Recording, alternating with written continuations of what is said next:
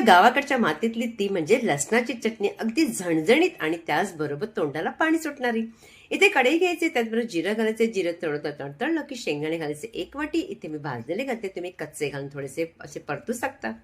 त्यानंतर शेंगदाणे भाजले गेले की सुक्या मिरच्या, इथे काश्मीरी आणि मी बेडकी मिक्स करून घातले. पुन्हा परतल्या. लसणाच्या पाकळ्या 50 वेळा घालायच्या, त्याही परतायच्या. नंतर घालायचं आपण 1 वाटी छोटीशी, त्यात तीळ घालायचे आणि पुन्हा परतायचं. आणि याच वेळी सुकं खोबरं 1 वाटी घालायचं, तेही परतून घ्यायचे. मी विसरले होते म्हणून मी नंतर घातले, पण तुम्ही मात्र याच वेळी घालून इथे परतून घ्यायचे.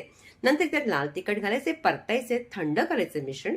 खलबत्ता असेल तर त्याच्यामध्ये तुम्ही वाटू शकता, किंवा इथे मिक्सरच्या या भांड्यात घालून थोडंसं मीठ घालून नंतर त्याला बंद चालू करून मिक्सरला तुम्ही अशा पद्धतीने चटणी वाटू शकता.